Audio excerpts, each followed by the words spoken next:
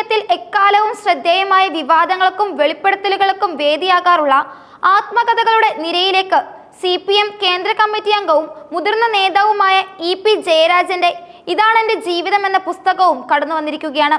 ഈ ആത്മകഥയിലെ ചില നിർണായക പരാമർശങ്ങൾ, വിശിഷ്യ BJP നേതൃത്വം തന്റെ മകനെ നിയമസഭാ തെരഞ്ഞെടുപ്പിൽ സ്ഥാനാർത്ഥിയാക്കാൻ ശ്രമിച്ചു എന്ന വെളിപ്പെടുത്തൽ രാഷ്ട്രീയ കേരളത്തിന് പുതിയ കൊടുങ്കാറ്റിന് തിരികൊളുത്തിയിരിക്കുകയാണ്. CPM എന്ന പ്രസ്ഥാനത്തിന്റെ സമീപകാല ചരിത്രത്തിലും വ്യക്തിപരമായ ജീവിതത്തിലും ജയരാജൻ നേരിട്ട പ്രതിസന്ധികളെയും രാഷ്ട്രീയ നീക്കങ്ങളെയും കുറിച്ചുള്ള തുറന്നു പറച്ചിലുകളാണ് ഈ പുസ്തകത്തിന്റെ കാതൽ. രാഷ്ട്രീയ കേരളം ഏറ്റവും കൂടുതൽ ചർച്ച ചെയ്യുന്ന വിഷയം BJPയുടെ ഉന്നത നേതാക്കളിൽ ചിലർ തന്റെ മകനെ നിയമസഭാ തെരഞ്ഞെടുപ്പിൽ മത്സരിപ്പിക്കാൻ ശ്രമിച്ചു എന്ന ജയരാജന്റെ വെളിപ്പെടുത്തലാണ്. BJP നേതാവ് പലതവണ മകനെ ഫോണിൽ വിളിച്ച് ബന്ധപ്പെടാൻ ശ്രമിച്ചെങ്കിലും പാർട്ടി നിലപാടുകളിൽ ഉറച്ചു നിൽക്കുന്ന മകൻ ഫോൺ എടുക്കുക പോലും ചെയ്തില്ലെന്ന് ആത്മകഥയിൽ പറയുന്നുണ്ട്. CPM നേതൃത്വത്തിന് ഏറ്റവും പ്രിയപ്പെട്ട നേതാക്കളിൽ ഒരാളായ EP ജയരാജന്റെ കുടുംബത്തിലേക്ക് പോലും കടന്നു ചെന്ന് രാഷ്ട്രീയ നീക്കം നടത്താനുള്ള BJPയുടെ ശ്രമങ്ങൾ കേരളത്തിലെ CPM കോട്ടകളിൽ പോലും സ്വാധീനം ചെലുത്താനുള്ള അവരുടെ ആസൂത്രിത നീക്കങ്ങളെയാണ് വ്യക്തമാക്കുന്നത്. എന്നാൽ താൻ BJP നേതാവുമായി ചർച്ച നടത്തിയെന്ന് ചിലർ പ്രചരിപ്പിച്ചതായും ഈ ദുഷ്പ്രചാരണങ്ങളെ നിസ്സാരവൽക്കരിച്ച് തള്ളിക്കളഞ്ഞതായും ജയരാജൻ പുസ്തകത്തിൽ വിശദീകരിക്കുന്നുണ്ട്. ഈ പരാമർശം CPM അണികൾക്കിടയിൽ തനിക്കെതിരെ നിലനിന്നിരുന്ന ചില അവിശ്വാസങ്ങളും സംശയങ്ങളും ദൂരീകരിക്കാൻ ലക്ഷ്യമിട്ടിട്ടുള്ള ഒരു രാഷ്ട്രീയ പ്രതിരോധം കൂടിയായി വിലയിരുത്തപ്പെടുന്നു. EP ജയരാജന്റെ യഥാർത്ഥ ആത്മകഥ പുറത്തിറങ്ങുന്നതിന് മുമ്പ് തന്നെ കട്ടൻ ചായയും പരിപ്പുവടയും ഒരു കമ്മ്യൂണിസ്റ്റിന്റെ ജീവിതവും എന്ന പേരിൽ ഒരു വ്യാജ ആത്മകഥ വരാൻ പോകുന്നു എന്ന വാർത്ത വലിയ വിവാദങ്ങൾ സൃഷ്ടിച്ചിരുന്നു. ഈ വാർത്തകൾ ജയരാജനും CPM നേതൃത്വത്തിനും ഒരുപോലെ തലവേദനയുണ്ടാക്കി. ആ വ്യാജ ആത്മകഥാ ശ്രമത്തിൽ ഉന്നയിക്കപ്പെട്ട അവകാശവാദങ്ങൾ ഏറെ പ്രധാനപ്പെട്ടവയായിരുന്നു. ഒന്നാം പിണറായി സർക്കാരിന്റെ ഭരണ നേട്ടങ്ങളെ പുകഴ്ത്തുന്നതിനോടൊപ്പം രണ്ടാം പിണറായി സർക്കാർ പ്രതീക്ഷയ്ക്കൊത്ത് ഉയർന്നിട്ടില്ല എന്ന തരത്തിലുള്ള വിമർശനപരമായ പരാമർശങ്ങൾ ആ വ്യാജ പുസ്തകത്തിൽ ഉണ്ടായിരുന്നു എന്നതാണ് പ്രചാരണമാകുന്നത്.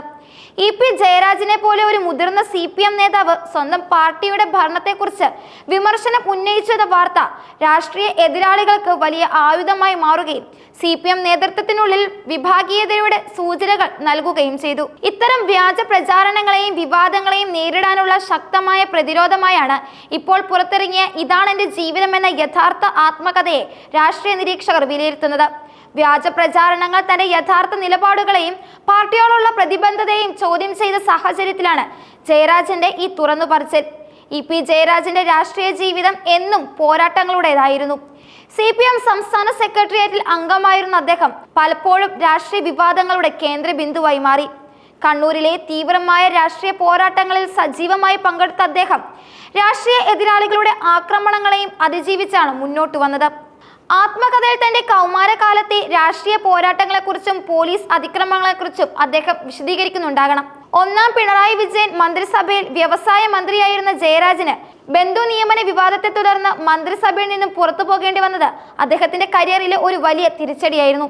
എങ്കിലും പിന്നീട് RJDയുമായുള്ള ലയന നീക്കങ്ങളിൽ അദ്ദേഹം വഹിച്ച പങ്ക് നിർണായകമാണ്.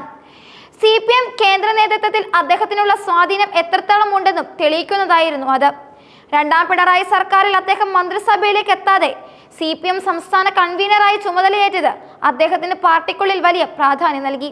എന്നാൽ ഈ പദവിയിൽ നിന്ന് അദ്ദേഹം ഒരു അവധിയെടുത്തതും തുടർന്ന് രാഷ്ട്രീയത്തിൽ സജീവമല്ലാത്ത ഒരു നിലപാട് സ്വീകരിച്ചതും പാർട്ടിക്കുള്ളിൽ അദ്ദേഹത്തിന്റെ അതൃപ്തിയെക്കുറിച്ചും സ്ഥാനചലനങ്ങളെക്കുറിച്ചും അഭ്യൂഹങ്ങൾ പരക്കാൻ കാരണമായിരുന്നു. ആത്മകഥയിൽ ഈ രാഷ്ട്രീയ നീക്കങ്ങളെയും തന്റെ വ്യക്തിപരമായ നിലപാടുകളെയും കുറിച്ചുള്ള വിശദീകരണങ്ങളും ഉൾപ്പെടുത്തിയിട്ടുണ്ടാകണം. EP ജയരാജന്റെ ആത്മകഥ കേവലം വ്യക്തിപരമായ അനുഭവങ്ങളുടെ സമാഹാരം എന്നതിലുപരി CPM കേരള ഘടകത്തിന്റെ സമകാലീന ചരിത്രത്തിലെ ചില നിർണായക സന്ദർഭങ്ങളുടെ ഉൾക്കാഴ്ച നൽകുന്ന ഒരു രാഷ്ട്രീയ രേഖയായി മാറുകയാണ്. BJPയുമായി ബന്ധപ്പെട്ട പരാമർശം CPMനുള്ളിൽ ഉണ്ടായിരുന്ന വ്യക്തിഗതമായ പോരുകളെയും സംശയങ്ങളെയും പുറത്തു കൊണ്ടുവരുമ്പോൾ പാർട്ടിക്കുള്ളിലെ ആഭ്യന്തര ചലനങ്ങളെക്കുറിച്ച് കൂടുതൽ വിവരങ്ങൾ നൽകാൻ പുസ്തകത്തിന് സാധിച്ചേക്കും. കൂടാതെ BJPയുടെ രാഷ്ട്രീയ തന്ത്രങ്ങൾ കേരളത്തിൽ എത്രത്തോളം ആഴത്തിൽ വേരൂന്നാൻ ശ്രമിക്കുന്നു എന്നതിന്റെ ഒരു സൂചന കൂടി ജയരാജന്റെ വെളിപ്പെടുത്തലുകൾ നൽകുന്നു. CPM നേതാക്കളുടെ കുടുംബാംഗങ്ങളെ പോലും ലക്ഷ്യമിട്ട് സ്ഥാനാർത്ഥിത്വം വാഗ്ദാനം ചെയ്യുന്നത് BJP കേരളത്തിൽ അധികാരത്തിലെത്താൻ ഏത് തരം രാഷ്ട്രീയ ഓപ്പറേഷനുകൾ നടത്തുന്നു എന്നതിന്റെ സൂചനയാണ്.